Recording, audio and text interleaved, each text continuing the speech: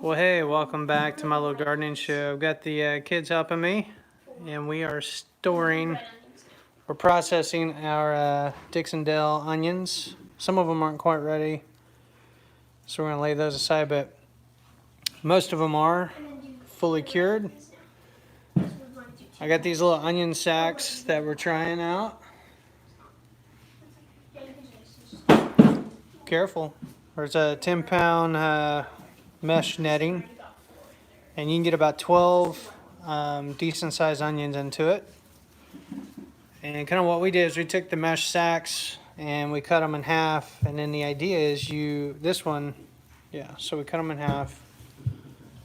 And the idea is you tie your little knot at the bottom, you drop your onion in, you tie it off, so on and so forth. So when you want to start using them, you start from the bottom and just cut below the knot, take your onion out, and then you've got the rest here. So once we get all these into the bags, what we're going to do is store them in a cool, dark, dry place.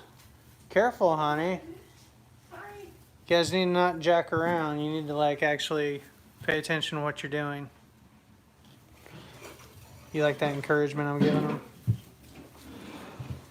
So anyway, the idea is we'll hang them up on nails or something. What I like about this, even though it's taking a little bit more effort, is that the onions, it's probably less likely that they'll go bad because plenty of air circulation and they're not hitting on one another. They're stored separate from one another. And again, we just cut below the knot and kind of use up our onions as the season goes on. Guys are doing a good job. Don't do that, honey. You can cut the table.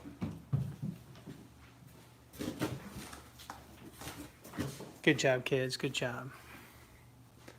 Bud, you can help your sisters. Well, what should I do? Because you know what to do. I'll get another sack going, bud. So kind of the process, a few weeks back, probably about 3 weeks ago, 4 weeks ago, about 3 weeks ago, we noticed that most of the stems of the onion plants were slumped over. So we went ahead and bent over the rest. And then that causes the onion to start the process of going dormant. Left them in the ground and let the stems just kind of dry out. And I didn't actually pull them out of the ground. I guess they suggest after about a week or so in the ground with the stems bent over, you pull them out and then lay them out. We waited about 2 weeks though. It's probably about 2 weeks. And most of them were dried out. So we pulled them out, put them in our little box, took them home. And then as far as processing them, we just cut above the onion paper and then pinched the roots off. And now we're putting them in the mesh bags.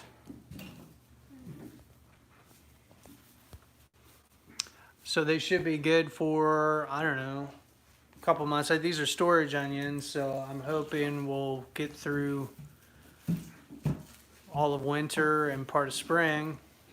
You know, we use them up and whatnot, and we won't have any go bad. That's the plan. So, what do you think, baby doll? Good job. Olivia's a natural. Ruthie, you're doing pretty good too, child. I should have recruited you guys much earlier. Next year, If you're thinking about growing onions, like this one's not quite cured yet. There's some green in there.